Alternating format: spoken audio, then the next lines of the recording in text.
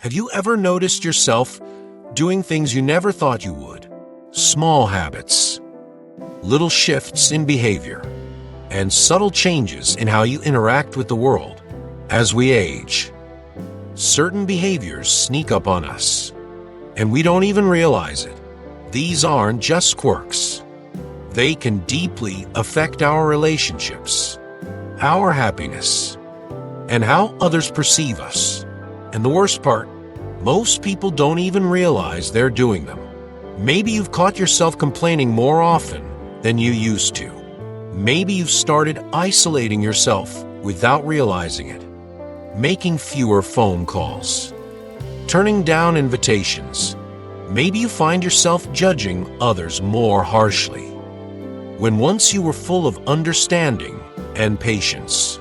These changes happen so gradually that by the time you recognize them, they feel like second nature. But here's the thing, just because something has become a habit doesn't mean it's too late to change it. You are not alone in this, and there is nothing wrong with you. Aging is a process, and with it come shifts that can sometimes go unnoticed. But today, we're going to shine a light on them. Today, we're going to take back control. And once you're aware of these habits, you have the power to change them. So let's talk about them. 9 things that happen as you get older that you might not even realize. And more importantly, let's talk about how to stop them before they take control of your life. You stop listening the way you used to. Conversations become something you wait to speak in rather than truly absorbing what the other person is saying. Maybe you interrupt more. Maybe you dismiss certain topics before really considering them. And it's not because you don't care, it's just that over time, we start to believe we've heard it all before. But the truth is, every person you talk to has something to teach you. Every conversation is an opportunity to grow. When you stop listening, you start cutting yourself off from the world. And that's a dangerous place to be. So next time someone speaks, pause, breathe, listen with the intent to understand, not just to reply. You start focusing too much on the past. Nostalgia is beautiful, but living in the past can steal the joy from your present. You might find yourself saying things like, "Back in my day," or "Things used to be so much better." And while reflection is good, being stuck in what was can make you blind to what is. The world is still full of beauty, of opportunity, of moments waiting to be lived. You have memories yet to create. When you catch yourself dwelling on what's gone, shift your focus to what's here now. What can you appreciate today? What new experience is waiting for you? You become resistant to change.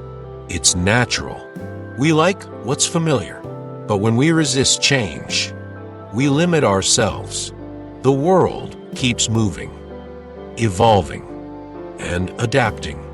And when we refuse to do the same, we fall behind not just in technology or trends, but in relationships, in experiences, in personal growth.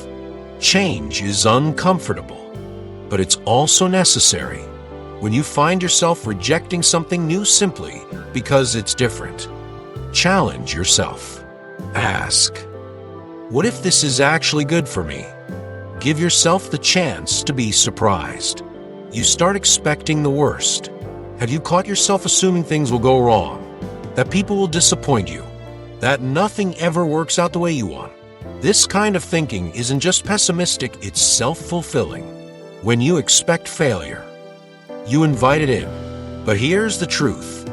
Life is unpredictable, and that means just as many good things can happen as bad. Shift your focus. Start looking for what can go right. Hope isn't naive. It's powerful. You isolate yourself. Maybe it starts with skipping one event, then another. Maybe you tell yourself you just don't have the energy, or that people don't care if you're there. But connection is a basic human need. Isolation can creep in slowly. And before you know it, loneliness has taken hold. But it's never too late to reconnect. Send the message. Make the call.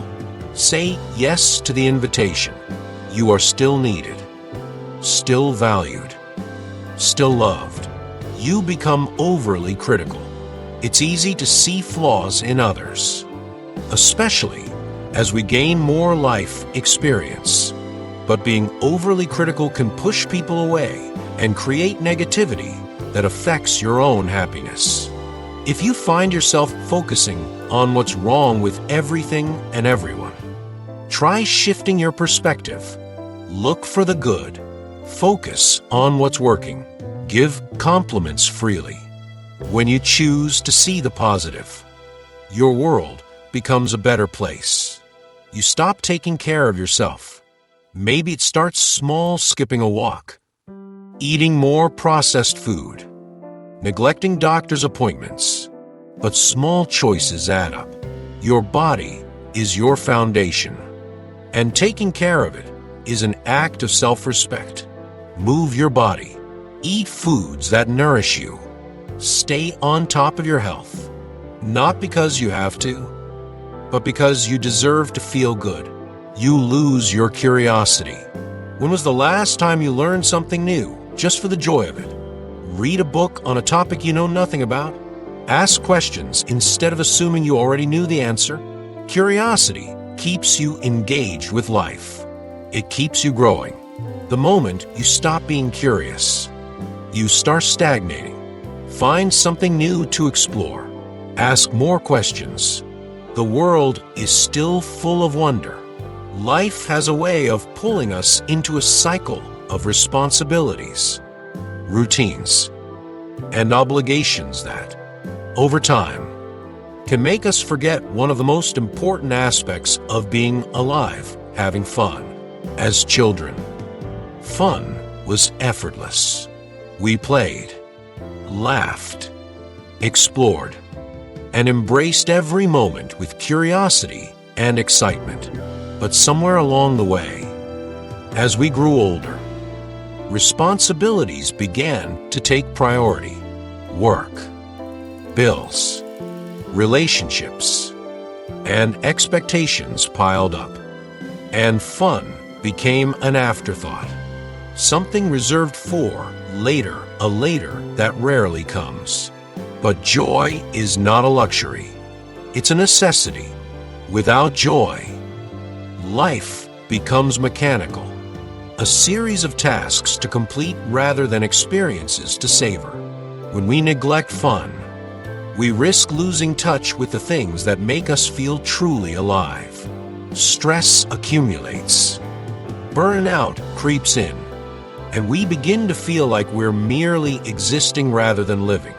So, how do we bring fun back into our lives? Start by laughing more genuinely, freely, and often.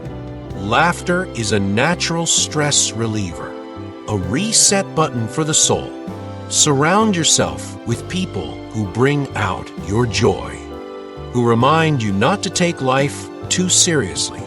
Engage in playful activities, whether that's a spontaneous dance in the kitchen, a game night with loved ones, or a silly moment of humor that lightens your day.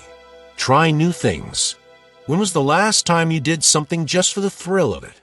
Something outside of your comfort zone? Something that excited you? New experiences awaken a sense of adventure that can reignite the spark of joy within you. Whether it's picking up a hobby, traveling to a new place, or simply changing your routine.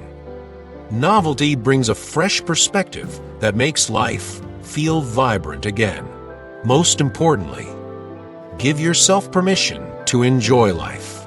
Often, we think we need a reason to have fun, as if joy must be earned. But the truth is, joy is always available. It's up to us to embrace it. Take time to do things that make you happy, without guilt or hesitation. Let go of the idea that productivity is the only measure of a meaningful life. Happiness, laughter, and playfulness are just as important as achievements and responsibilities. Because at the end of the day, when you look back on your life, it won't be the hours spent working late or the checklists you completed that stand out. It will be the laughter-filled moments, the adventures, the spontaneous joys, and the times you truly let yourself live. Make those moments a priority, because they are the ones that will truly matter. Let's break it down in detail. 1. The power of knowledge, the opening statement. So now, you know. And knowing is powerful, acknowledges the value of awareness and understanding. It recognizes that gaining knowledge is an important first step in personal growth and transformation. However, it subtly suggests that knowledge alone is not enough. It is merely the foundation upon which change is built. 2. The missing ingredient. Action, the next sentence, shifts the focus. But knowledge alone doesn't create change, action does. Here, the contrast between knowing and doing is made clear. Many people accumulate information, whether through reading, learning, or personal experience, but fail to act on it. This line serves as a reminder that real transformation happens only when we apply what we know. 3. The challenge. Choosing one habit, the passage then presents a direct challenge to the reader. Pick one of these habits that resonates with you. Just one, instead of overwhelming the audience with the expectation of drastic change. This statement encourages a simple and achievable step. By emphasizing just one, it removes the pressure to tackle everything at once, making change feel more accessible and realistic. 4. Commitment and immediate action, and commit to changing it today. This sentence reinforces urgency and decisiveness. It encourages the reader to take immediate action rather than postponing change. The word commit suggests a firm decision, implying that transformation requires dedication and persistence. 5. The power of small steps. Small steps lead to big transformations. This statement introduces an important concept: gradual progress. Change does not happen overnight, but consistent small efforts can lead to significant improvements over time.